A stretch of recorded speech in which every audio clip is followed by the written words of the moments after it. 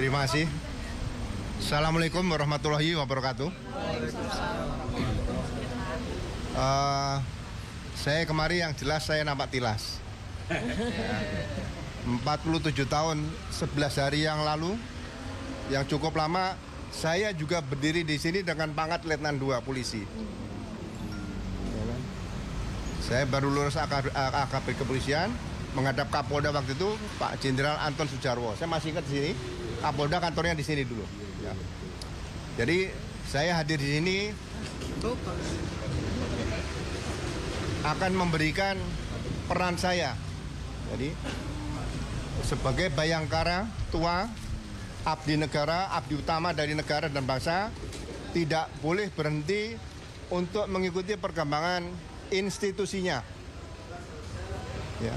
Bayangkara tua itu berhenti melihat institusinya pada saat dimakamkan di Taman Makam Pahlawan atau Taman Makam Bahagia. Jadi kalau kondisi Polri sekarang ini tidak kita perhatikan selama kita masih hidup, berarti kita mengingkari diri kita, Bayangkara, sebagai insan tribrata dan catur prastya. Ya. Saya akan memberikan keterangan nanti berkaitan dengan pekerjaan, pengalaman saya, ya, pengabdian saya selama 35 tahun 2 bulan di Kepolisian Negara Republik Indonesia. Mudah-mudahan Polri yang saya cintai dan dicintai masyarakat seluruhnya akan tetap tegak berdiri sesuai dengan apa yang dipakai ditutup kepala seluruh anggota Polri, yaitu insan rastra sewa kotama, abdi utama daripada nusa dan bangsa. Itu saja, mudah-mudahan nanti bisa kita berikan setelah saya melakukan memberikan keterangan di depan para penyidik. Terima kasih. Bapak tadi disampaikan Bapak akan menyampaikan terkait KUHAP. Nah, penetapan tersangka sendiri terhadap 3 orang ini apakah sudah sesuai KUHAP menurut Bapak apa? Ya, nanti saya berikan setelah keluar dari ruangan penyidikan nanti, pasti akan saya berikan. Ya, nanti saya nggak jadi periksa kalau saya berikan di sini semua nantinya. Oke. Ya, kawan-kawan semua, itu tadi keterangan sementara ya dari para ahli kita. Profesor Din Samsudin sebenarnya sudah hadir, tetapi beliau mengatakan setelah break nanti beliau akan memberikan keterangan. Termasuk juga Pak Sobari dan kemudian Jenderal Ugro. Ya, terima kasih. Wassalamualaikum warahmatullahi wabarakatuh. Terima kasih, keren cerdas. Keren cerdas.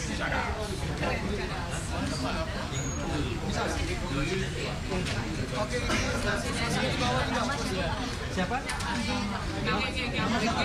Nama depannya itu. Nama saya. Hah? Itu Bang Refli. Saya merasa terkenal tapi ternyata Iya, Bapak jurnalis baru wajar. Jurnalis baru ini. Ini apa depannya aja nanti saya cari. REFLD.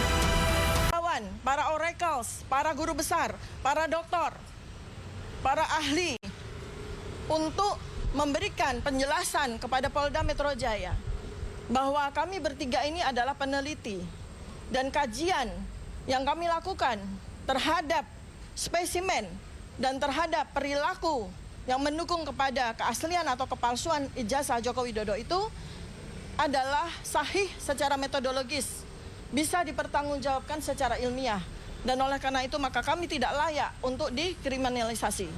Nah, kami bertiga hari ini, alhamdulillah ada 3 begawan ya yang sudah hadir saat ini, ada 2, yaitu Bapak Komjen, Bapak Jenderal, guru saya, guru kami, Ugro Seno, yang selama ini menjadi kawan diskusi, menjadi tempat kami bertanya tentang hukum acara pidana. Jadi beliau nanti akan memberikan penjelasan ya berdasarkan keahlian beliau hukum acara pidana. Dan berikutnya lagi adalah begawan, budayawan, ilmuwan, peneliti LIPI ya selama puluhan tahun dan bahkan menjadi sejawat saya di Universitas Indonesia ya, belasan tahun, puluhan tahun beliau menjadi peneliti, menjadi dosen.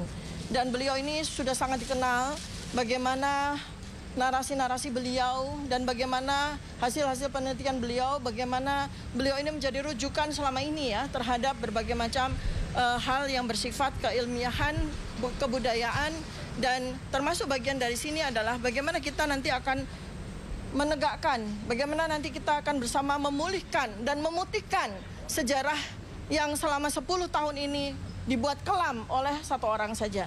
Demikian yang bisa saya sampaikan. Mungkin Bang Risman akan sampaikan sesuatu. Cukup? Baik. Ya, baik. Mungkin sedikit. Ya. Boleh tanggapannya terkait Ya, sebentar ya, kita satu-satu pelan-pelan ya. Setelah Dr. Tifa, kita memberikan kesempatan dan kehormatan kepada prinsipal satunya, Rismon Sianipar. Silakan Bang Rismon. Ah, cukup? Sama. Sure. Oke. Ya, paling penting kita sudah kasih kesempatan. Nah, berikutnya adalah Pak Muhammad Sobari karena beliau datang duluan ya. Kita hormati beliau. Oke, silakan. Enggak harus begitu. Iya. Oke, terima kasih. Saya menjawab atau menjelaskan? Oke, kalau menjelaskan begini dulu, Bung. Kita jangan, ini Bung Refli ini kan kawan dekat jadi banyak berguru. Jangan ada yang menulis kata termul untuk saya. Itu sangat tidak apa namanya, bukan soal apa, tidak menggambarkan kebenaran. Saya seorang ilmuwan yang mendukung Jokowi itu karena idealisme saya, dan berjuta-juta kaum ilmuwan mendukung. Tapi berjuta-juta itu kan tertipu, ya biasa saja kita tertipu tuh nggak apa-apa. Ketika tertipu kita tidak lagi mendukung. Idealisme kita itu tidak bisa dijalankan oleh dia. Gagasan-gagasan dari dia, bahwa dia itu orang kampung, bahwa dia itu orang kelas bawah, bahwa dia itu tidak korup, itu ternyata tidak bisa dipanggul. Jadi saya tidak pernah menjadi termul, karena termul itu kan orang bayaran toh. Masa aku dibayar yang edan? Enggak pernah. Benar tuh Refli Harun. Para ilmuwan itu semuanya tidak ada yang mendapat uang rokok. Rokok saja nggak dapat. Nah, sekarang itu deklarasi tingkat awal. Yang kedua, saya hadir di sini sebagai orang yang akan menjelaskan dunia keilmuan dalam bidang kebudayaan. Nah, yang dijelaskan itu metodologi penelitian. Itu akan saya gambarkan mulai dari datangnya inspirasi meneliti sampai merumuskan proposal, sampai merumuskan instrumen penelitian. Instrumen penelitian ada dengan wawancara, ada dengan studi dokumen atau archive research, ada yang studi media. Studi media itu ada penting, itu bukan media berita pada umumnya, tapi itu kalau media menuliskan investigatif journalism atau investigatif report. Kalau report semacam itu bisa menjadi bahan penelitian. Itu spesifik. Jadi ada metode-metode yang diikuti, ada metode yang diikuti, dan ada instrumen-instrumen yang mendukung metode itu. Itu begitu rupa sampai pada suatu pernyataan, wah data kita belum lengkap, maka kita harus melakukan, umpamanya tadi kita mulai dari wawancara, ya wawancara ulang, itu check and recheck. Kalau check and recheck itu masih juga belum menggambarkan kebenaran, itu dilakukan suatu wawancara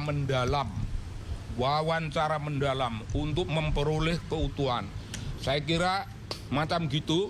Jadi secara keilmuan saya akan pertanggungjawabkan bahwa yang dilakukan ini tidak ada sesuatu apapun, sekecil apapun yang menyimpang dari kaidah-kaidah keilmuan.